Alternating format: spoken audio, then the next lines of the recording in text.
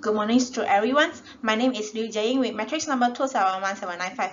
Today we are here to present our case study, which is RTE. Okay, what is RTE? RTE is the ready-to-eat breakfast industry. This industry was started in 1894. It was the #1 producer of ready-to-eat in the world. It can help us to reorganize our bodies into a perfect healthy conditions. The sales of the RTE cereals are steady throughout the 20th centuries. The RTE breakfast cereals industry had reached the critical turning point. The historically characterized by the stabilities and above average profitabilities. In these case studies, it's based on the current managerial and strategic problems being faced by the organizations, which must be solved to allow the progressions as well as to maintain the competitive positions. This analysis is to help in the identifications of feasible strategies and solutions for the RTE's breakfast cereals industry in 1994. There are two alternative solutions are proposed by us in this case study. Later on, my friends will explain more about it. That's all from me. Now I will pass to the next presenter. Thank you. Good day, sirs and my friends. My name is Choon Kang, machine number 269516. Today, I'm going to talk about oligopoly for ready-to-eat breakfast cereal industry. Oligopoly is a market in which a few leading firms control a big portion of the industry output. These leading firms have the ability to set their own price and production strategy and enjoy the potential for economic profits in both short run and long run. Ready-to-eat breakfast cereal industry is an oligopoly market. There are a few top cereal makers dominating today's market. There are the big three, there's Kellogg, General Mills, and Philip Morris. Besides, there are still some other firms like Quaker, Nabisco, Railstone, and private label firms. Ready-to-eat breakfast cereal industry have high barrier for new entry. The barrier includes the difficulty in obtaining distribution channel and lack of flexibility in negotiating product price, positioning, and promotion.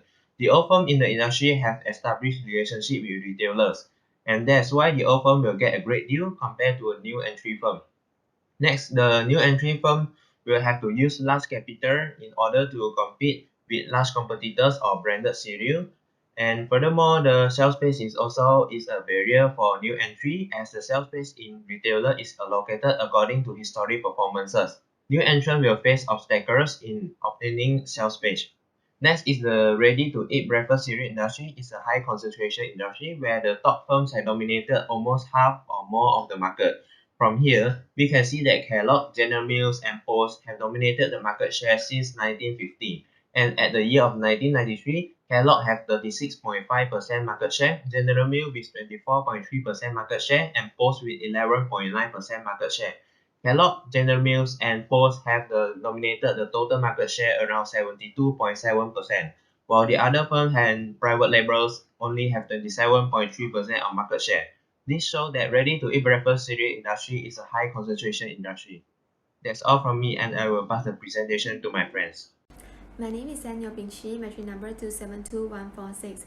Now I will proceed with the problem statement. The first problem statement is the competitions. Based on our case study, there were three large manufacturers in the RTE cereal industry, which are General Mills, Kellogg's, and Philip Morris. They had a strong presence in the market and there is high competition existing among RTE cereal companies. Then the big three companies had strong position and market share in the industry and are continuously introducing new brands and products, causing increased competition in the industry. For example, Kellogg had over 40 RTE cereal brands in national distributions, with a focus on relatively basic flax cereal in 1994. Besides, General Mills, a diversified consumer goods firm, acquired the producer of Wheaties and joins the RTE cereal market in 1928. According to this case study, General Mills needed a change because its stock price had dropped from a high $74 in March 1993 to $51.50 in April 1994. The falling profitability of cereals not only hurt overall earnings, but it also reduced the amount of cash General Mills could obtain from the big three to help with other businesses, such as its restaurants. Next, strong growth was driven by changes in company structure that reduced attention from participation in 13 industry in the mid-1970s to a focus on only consumer food and restaurant in the late 1980s. Moreover, Philip Morris was a $60 billion consumer packaged goods business that made about half of its revenue from food and the other half from bills and tobacco products.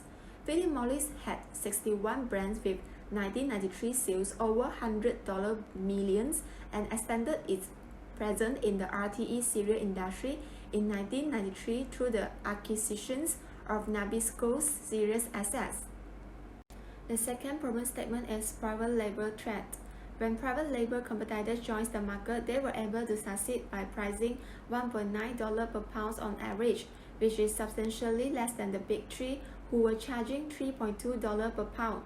Private label has a stronger connection with them because of the higher margins given to grocers. This was a strategy used by private labels to obtain a competitive edge. Their product was now displayed in various areas around the grocery store, increasing their sales while decreasing the sales of the big three. The big three harmed themselves by spending millions of dollars on coupons and advertising. In addition to allowing competitors enter the market, there was little to no evidence that these methods were successful in acquiring market share. Furthermore, private labels face very low entry barriers, making them a potential threat to the industry's branded producer. Lastly, the big three has systematically and publicly refused to produce private label cereals. One of the most recent entries into the private label RTE market is grist mills, which are the nation's top provider of private label granola bars and pie crusts. That's all from me. Thank you.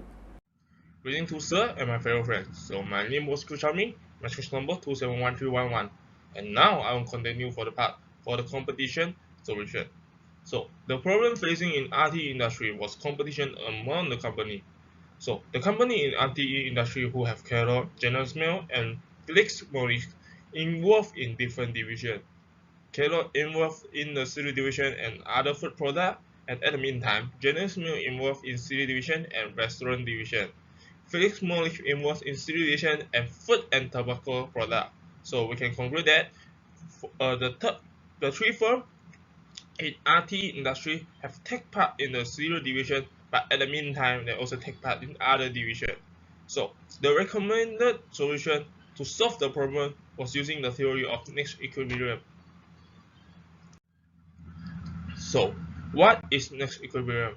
Next equilibrium is when each firm is doing the best it can given what its competitors are doing. So in this scenario, we can make an assumption that the Kellogg and General Mills have different divisions. So when both company, Kellogg and General Mills, choosing the cereal division, the loss will be happen among them. So next equilibrium will be formed when Kellogg choosing the cereal division and the General Mills choosing the restaurant division. So based on the table, this equilibrium will be formed if the both companies didn't choose the cereal division at the meantime. Next is for the Kellogg and Philip Morris. The situation is almost same comparing to the last. So here is also for the company who choosing cereal division in the meantime, the loss will be happen also. As for the next equilibrium will be formed if both company didn't choose the cereal division at the meantime. In the third table, the same situation will be happen since the General Mills and Philip Morris choosing the cereal division at the same time, so the loss will be happen also. Therefore, to form a better payoff matrix, Philip Morris and General Mills cannot choose the cereal division in the same time. So the reason why we choose the liquid equilibrium as a solution to solve the problem for the competition was from the biggest market to other firms. So the competitive among the firm will be lower, while other firm focus in other division. So the better growth performance also will be showing, since in the report, the representative of the General Mills have said that the changes in corporate structure, that concentration on only consumer food and restaurants show better performance than narrow focus from participation in 13 industry. So that's all my part. Thank you. Greetings, sir, and my fellow friends. my name is Goh Yong Seng and my lecture number is 271641. So now I will be continuing the recommended solutions for the challenges of the private level trade faced by the big trees. So here the main difference between the big trees series and also the private level series is actually the price. Whereas the private level series, they sell their products in a much more lower price, which is more competitive and more attractive as compared to the products from the big trees. So because of that, the market share of the private level series also increased greatly, especially during the 90s. So here in this case, the most recommended solutions for the big three to overcome this issue, this challenge, is by using the theory of maximum strategy. So first of all, we need to know what is actually a maximum strategy. So as according to the original definition, it is a strategy that maximizes the minimum gain that can be earned, and it is more of a conservative way, but not profit maximizing. So in an easier word, it is a strategy that make the best choice in terms of minimizing the loss.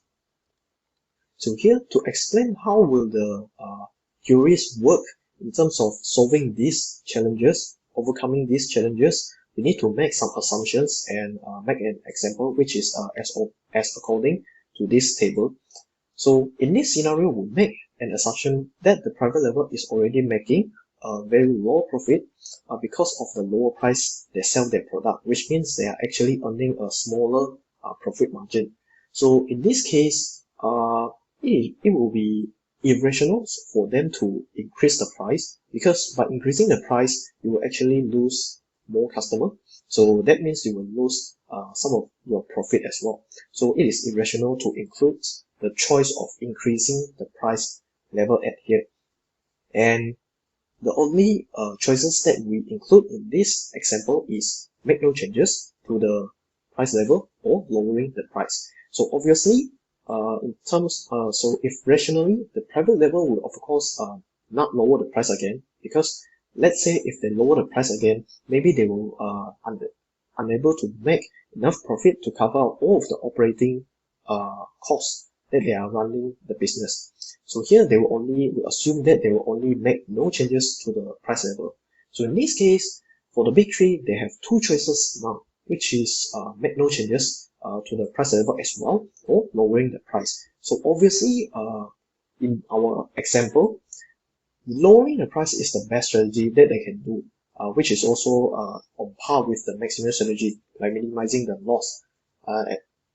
Since lowering the price will actually gain more customers, especially those who are still loyal to the brand from the big trees, which means they will consider to grow and come back to buy the products from the big tree instead of making no changes. Because by making no changes, it is just making no changes. Alright, so here in short, we can conclude that the maximum strategy for the big trees to solve this issue is actually by lowering the price of their product. Because the higher loss when lowering the price is only 5 million, instead of making no changes and lost $10 million. And once again, I need to remind all of you that this is only an assumption in order to explain how will this theory works in terms of solving the problems faced by the big three. So that is all for my part. Thank you very much, and I will pass it to my teammate. Okay, in conclusions, RTE is an oligopoly structure. Therefore, the problem that faced by the RTEs are quite similar with the oligopolies. The problems that we can find during this case study are competitions and private label trades. So we have proposed some solutions for the RTEs. For the competitions, the solution used was product choice problems to solve the companies who will take part in a lot of divisions. While for the private label trades, maximum strategy was used to maximize the minimum gains that can be earned, but not for profits maximizing. So that's all from us. Thank you.